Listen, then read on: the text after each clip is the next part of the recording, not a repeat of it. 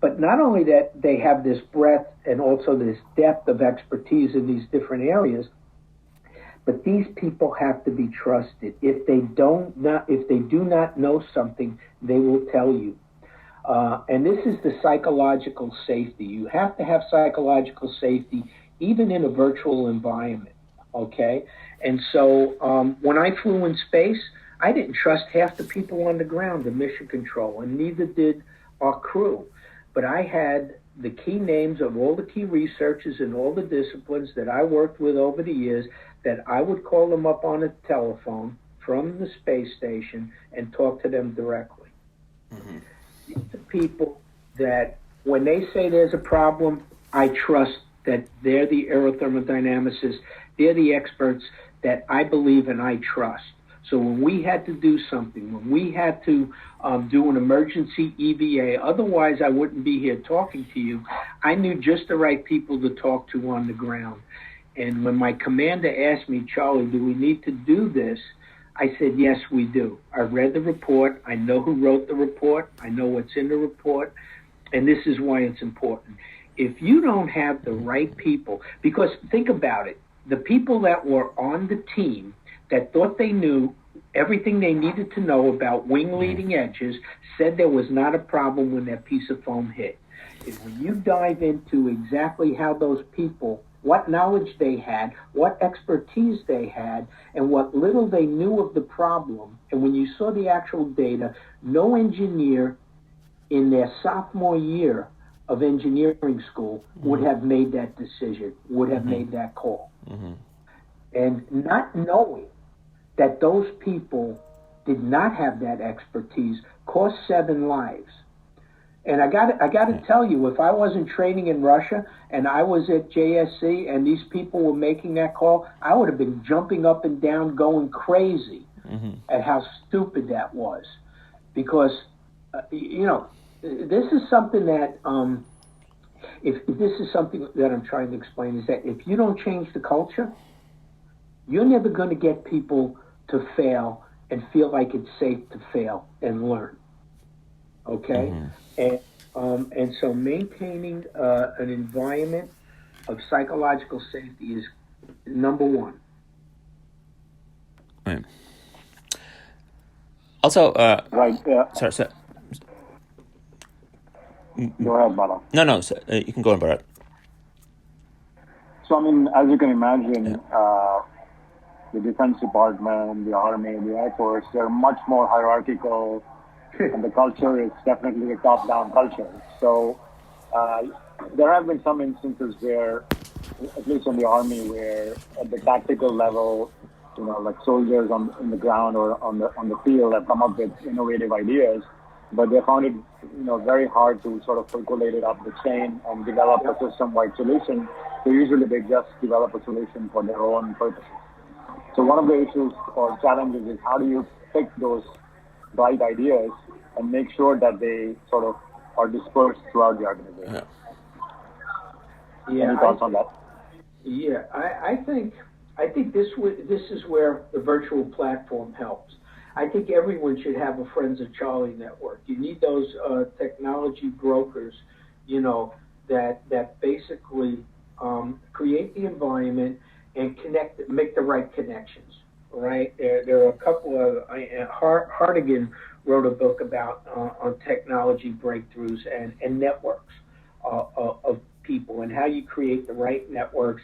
How do you give these people a voice? Right? What you would love to do is be able to connect these people that have these brilliant ideas with universities and students that basically have time to put some legs and do some work to mature the ideas so that the ideas are sellable, right? You want to create that crucible like we had at Don Pettit's garage in multiple areas simultaneously around the world. People working on these problems and looking at all different ways of solving the problem simultaneously so that you can rapidly accelerate the maturation of those ideas to the point where you could come into the program office like me and Don Pettit did, put a wing leading edge on the table and prove to them all the things they said were impossible to do are possible to do with a very simple prototype, which is exactly what we did. Everyone thought we were crazy. Everyone thought there was no way you could do this because thousands of people tried and couldn't do it. We freaking brought the program managers into a room. Me and Don Pettit brought out a scale section of a wing leading edge, and we did the impossible. We drilled and tapped the hole, and we plugged the hole with a repair patch that perfectly was smooth with the leading edge surface. Everyone there was able to see the idea with their own eyes, and it was very simple. So the beauty of the prototype and being able to have a meaningful prototype to demonstrate your ideas and your vision to the leadership to get them to change their mind, change the way they think, change their paradigm is critical. But you have to teach engineers how to do this. Not too many engineers know how to communicate. Not too many engineers know how to sell their ideas, right? So these are the skills I think that you guys are trying to teach them with respect to entrepreneurship and connecting people and maturing their ideas. In our case, a lot of the frontline people are not even engineers in the first place, right? So, they might be motivated, but they still need the right incentive, plus also be connected to the right people to scale up their ideas.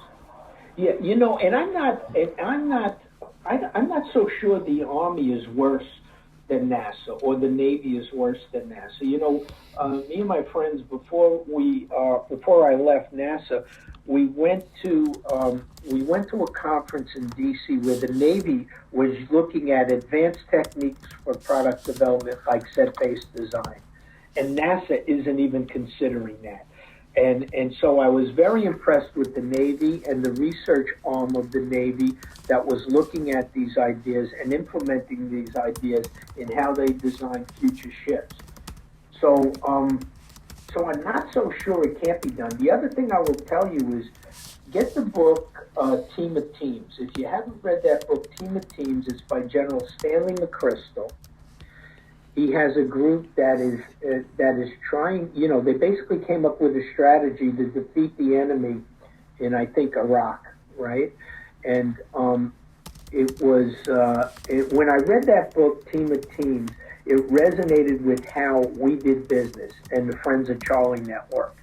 And I can explain how to do this in a technical sense in a very similar manner to the way these folks did it in a decisive operational sense to defeat the enemy.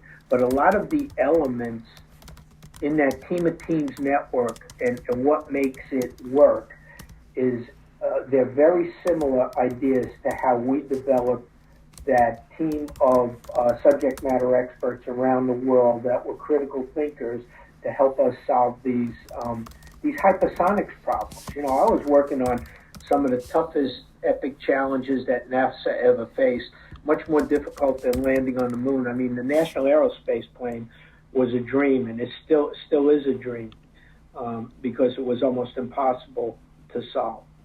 And so I think there might be people up in headquarters in the Army that will get this. I'm not so sure there aren't really sharp people. I worked with people in the Columbia accident investigation from the Navy, Admiral Gaiman, who connected with some of the key experts from his organization, the technical folks, and they were very sharp. So I think it's definitely possible. So Charlie, I have sort of two interrelated questions. The first one is you mentioned your own project in the garage with your collaborator. So a challenge could be now, how do you scale that up to actually have, widespread impact within the larger organization? And also, how could what you did serve as a model for others like you within NASA who could also, come up with cool innovations and scale that up? So that's the first part. And to sort of follow that question up, based on some of our interviews, one thing that stood out was people mentioned that there's a lot of talk about innovation, at least within the military, but there's not a lot of focus on what the outcomes are of innovation and, what's the point of innovation is it just a buzzword, or sort of are there quantifiable outcomes set from the get-go? And in that sense, do you think the leadership at NASA is well suited to be able to actually set that agenda up front? So to add to that, Charlie, the phrase we keep hearing a lot, especially in the Army, is innovation theater. So there's a belief that people are just creating sort of this theater around innovation without really understanding what innovation is all about. Yeah, they're just hopping on the buzzwords, right? And you know, innovation became a big thing all of a sudden, right? And now everyone wants to do it, right? And everyone's an innovator, everyone's teaching innovation, yada yada yada. And so I think the best way to get widespread adoption, and I had a plan to do this at NASA that I tried to get them to buy into, and so it's all about creating a virtual environment for learning, right? And you're talking about doing something very similar. You're talking about learning and the need to train folks in how to be innovative. And that's exactly what we were doing with these workshops, right? But you're not going to get widespread adoption with workshops. You have to be able to scale this to reach thousands of people throughout your organization simultaneously. And so I've been working with people from Boeing, looking at online learning and ways to scale the learning so that everyone in the organization gets the skills they need when they need it. And so, you know, if you want, I haven't written a paper on this, but I could give a presentation to you on how I wanted to roll this out at NASA.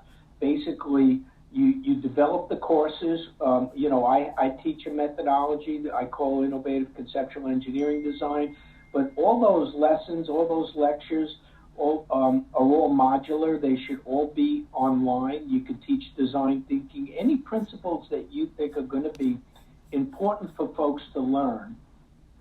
You basically have it online. And we look at using an environment where we use problem-based learning, where the students, the employees, are learning the skills they need as they're working on a real problem. So we don't give them a fake problem in a classroom. We give them a real challenge that the Air Force or NASA is struggling with, just like we did, right? And so then what you have is, let's say, in order for NASA to do this, it has to be unobtrusive, right? So it doesn't affect the real program, right? So you're not taking a large number of people from a real program, but you're getting a large enough